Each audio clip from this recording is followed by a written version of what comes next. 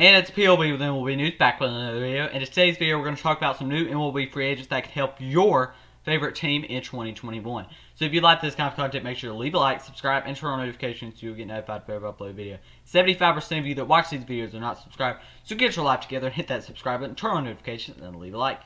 Yeah, let's go ahead and get into this video. Now, if you do not know what non-tendered means, it means that you were released by your current team and that you are into the free agent pool now, so you can be signed by any team. When you're non-tendered, it pretty much means the team did not think you deserved the contract that you were going to get for the 2021 MLB season, or they just did not want you on the team. They didn't think you fit well, or three, they just don't want I don't know what three is. I don't know why I said three. Alright, let's go ahead and get into this video. First player that really surprised everybody is Adam Duvall, an outfielder for the Atlanta Braves. Had a great 2020 season, really broke out in the end of 2019 and the start, or for the whole 2020 season. He hit about 17 home runs, I'm pretty sure. In 2020, he was great in 2020. Now, this does bring up the question, is this because we didn't have enough money for Duvall and Ozuna? Was that kind of the idea here?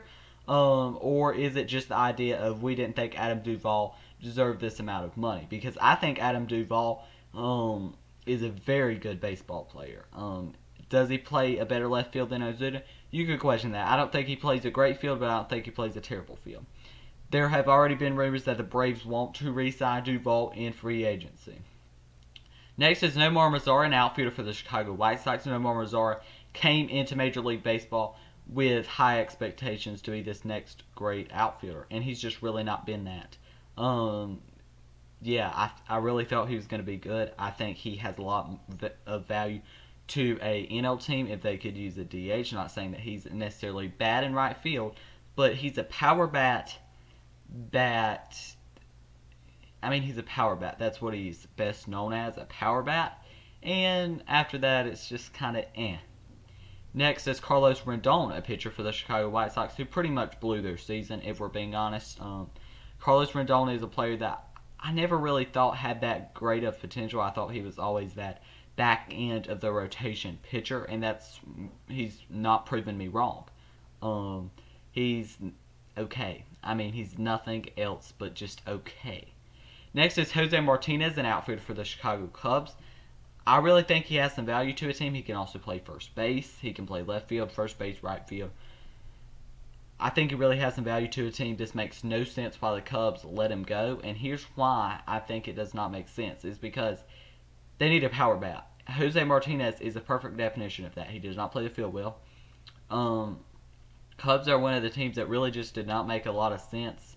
They cut another big player, which you'll have to watch more in the video. Don't start clicking off. Next is Brian Goodwin, an outfielder for the Cincinnati Reds, who was traded from the Angels to the Reds at the 2020 MLB trade deadline. Brian Goodwin is a player that I think really has a lot of potential. I think he has potential to hit well, and he can play any outfield position, and he could DH. I really think that Brian Goodwin, has a lot of potential in Major League Baseball, and I think whoever picks him up could get a steal. I think the Padres could use him, the Cubs could use him, I think Cleveland could use him. There's a lot of teams that could use Brian Goodwin's services, and I think he's not going to come at a high cost either. Next is Greg Garcia, a utility player for the San Diego Padres. I don't know why I'm getting names so confused right now. Greg Garcia. He's a utility player. He's kind of that player if you're in need of a second baseman, shortstop, third baseman. If you're in need of a player like that and yours got injured or whatever, then maybe Greg Garcia is your guy. But if not, I don't really see a reason why you need Greg Garcia. Next is Tyler Naquin, an outfielder for Cleveland. He was one of the players that played the outfield quite a bit for them in 2020. So, who's going to be their outfielder? That's probably what you're wondering. Well, there's a lot of good outfielders that got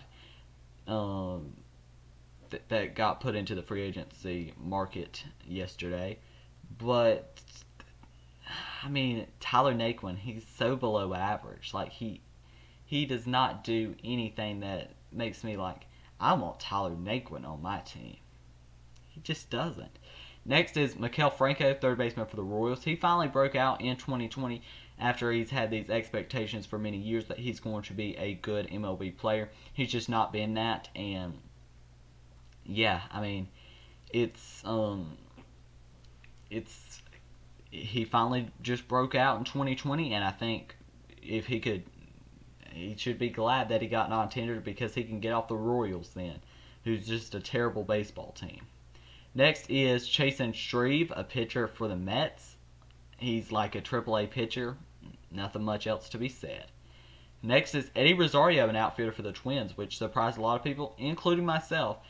Why did he get non-tendered? And that's I guess it's a low average.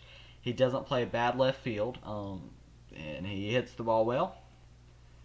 He had like 13, 14 home runs in 2020. I don't know what there is to complain about there. Next is Kyle Schwarber, an outfielder for the Chicago Cubs. Kyle Schwarber is a player that he got injured like at the start of his career, and really just has not been the greatest player ever, but he's been good. I think he's more of a DH. I think his value goes up a lot if there is a DH in the National League in 2021. If there's not, then I think his value goes down a little bit. But this one kind of surprised me that they did because they need a power bat, and they're cutting all these power bats. That's what does not make sense to me. That's why the Cubs are never going, or at least I don't think in 2021 they're going to win a World Series. Next is David Dahl, an outfielder for the Rockies, 2019 All-Star, DFA'd in, or non-tendered, whatever you want to call it, in 2020. He did not have a good 2020 season. That's no secret. A lot of people are saying he benefited from the Coors effect, but they say that with Nolan Arenado and Trevor Story too. So how much do you take into effect? He really does not play a good center field, but he could be good. If I was Cleveland, I would really want him in free agency, and I don't think he's going to come at much of a high cost. I think maybe like a 1 year, $10 million contract, even though they just do not spend money. They're stubborn. They don't spend money, but you know what I mean. Next is Tony Walters, the catcher for the Rockies. Finally, you get rid of this same old basic catcher that you've had. That's my best way to explain Tony Walters. He's not a catcher for a team. He's a great catcher for a AA or AAA team, but not an MLB team. Next is Hansel Robles, pitcher for the LA Angels, who had a really good 2019 season and then in 2020 kind of fell off. Unfortunate that he fell off, but I think he could be good for a team, and I don't think he's going to come at a high cost. A team like the Royals really seems like a place that he might go, in my opinion, because I think they're a team that would just kind of give him a contract just so they could deal him at the trade deadline. They were the hot spot for trading relief pitchers at the trade deadline, and I really think that Hansel Robles could go to Royals. Next is Hobby Miller. Yeah, who is he? Next is Justin Anderson, a pitcher for the LA Angels. Justin Anderson, I thought he had a lot of potential. I thought he was going to be like the 8th inning guy for the future for the LA Angels. Apparently not. They just non-tendered their best 3 relievers in Kenyan Middleton, Justin Anderson, and Hansel Robles. I really do not like this. I don't see what the point of this was, but they're just making their team even more worse. Next is Matt Andrews, a pitcher for the Los Angeles Angels. I remember watching a game and he was slower than dirt, and it made me so mad. Like, I literally was like, hurry up. You are so slow. That's my best memory of Matt Andrews, if that tells you how good of a pitcher he is. Next is Kenyan Middleton, pitcher for the Angels. This guy is a player that gives me no reason to say that he's not a good relief pitcher. He throws hard. I just think he has a lot of potential. And a team that needs relief pitching, pick him up. I think he's going to be a really good pickup. Next is Matt Whistler, pitcher for the Twins. He pitched for the Braves. And as a Braves fan, I watched him, and he was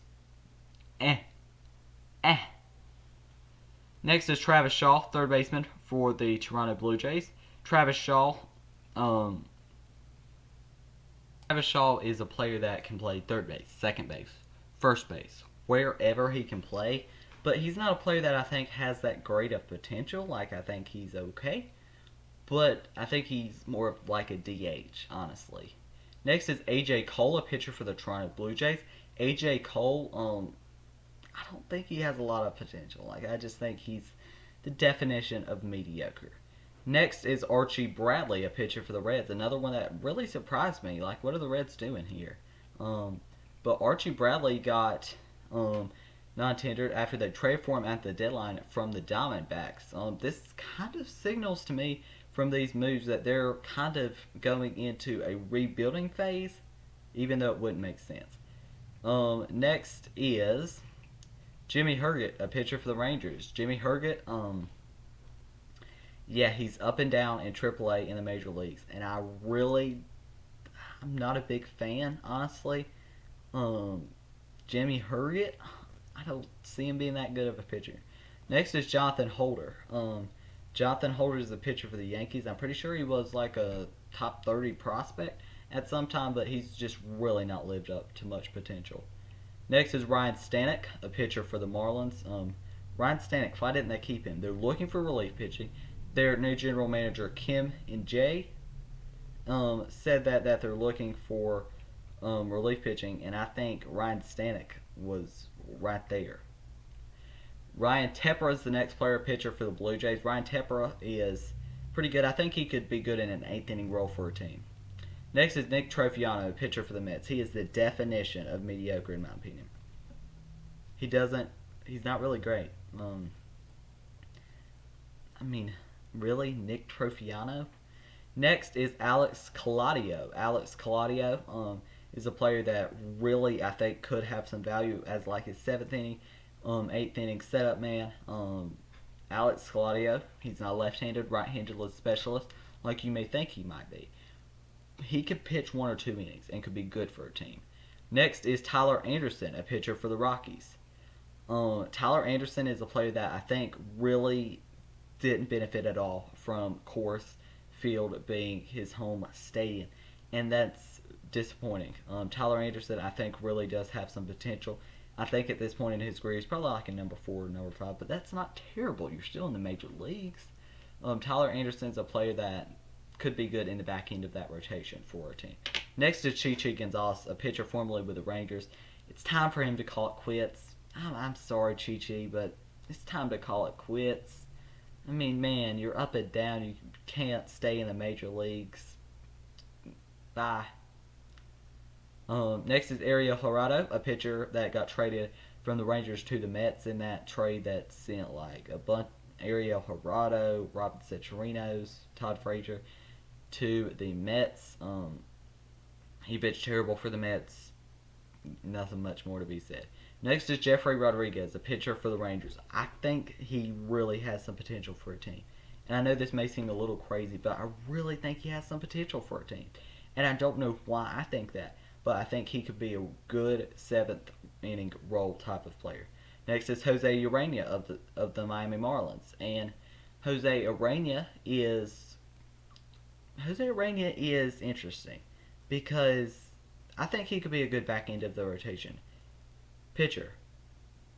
But there's another thing that would say he's also a relief pitcher.